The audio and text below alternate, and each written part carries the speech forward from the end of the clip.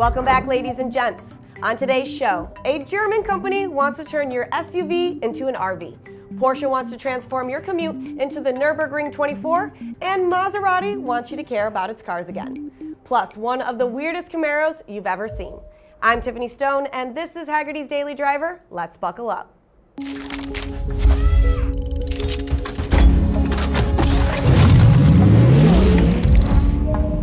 All right, the weekend's coming up, and for many people that means hitting the trails and camping out.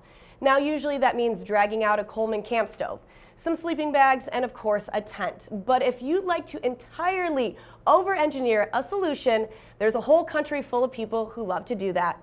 It's called Germany, and we have some Germans who designed this. It's called the Geocab, and it's basically a way for you to convert your off-road truck into an RV. While it looks very similar to those, you kind of know what I'm talking about, the slide-in truck campers, you know, they still exist. This is going to be the ultimate version of that concept. Now, the Geocab just showed off a version for the Bronco and the Defender, and to me, it looks great.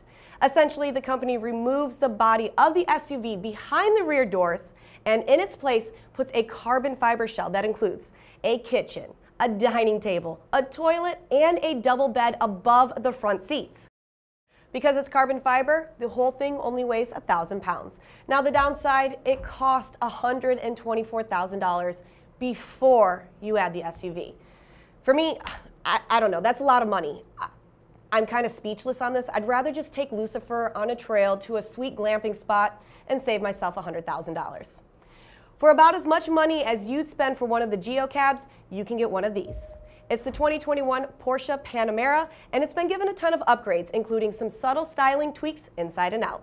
But it's a Porsche, so let's talk about power.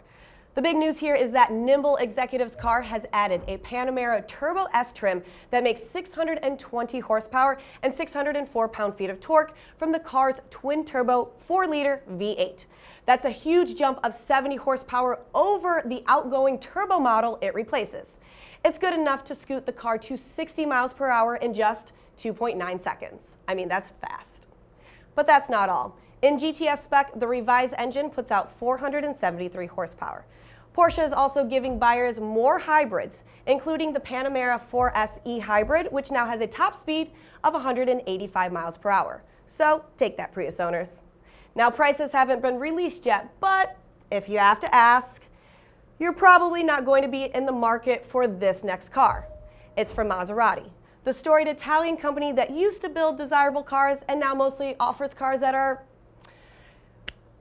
what's a nice thing to say about the new Maseratis? They're leasable? Now Maserati has seemingly figured out that this is a problem and soon plans to reveal a mid-engine hybrid hypercar called the MC20. This would be the first time Maserati has offered a halo car since the Ferrari Enzo-based MC12. Even better, this new car will go racing. Where, you ask? We're not sure, but they should announce that soon, and we'd put our money on the new hypercar class at Le Mans. Now, can Maserati salvage their legacy? What do you guys think? Let us know in the comments below. Coming up, we look at a weird Camaro conversion you probably never heard of. But first, Volcano.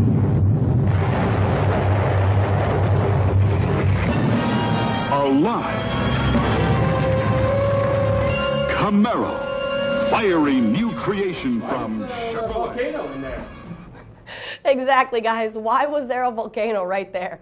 And speaking of questions with no answer, why did GM pay to do this to a Camaro?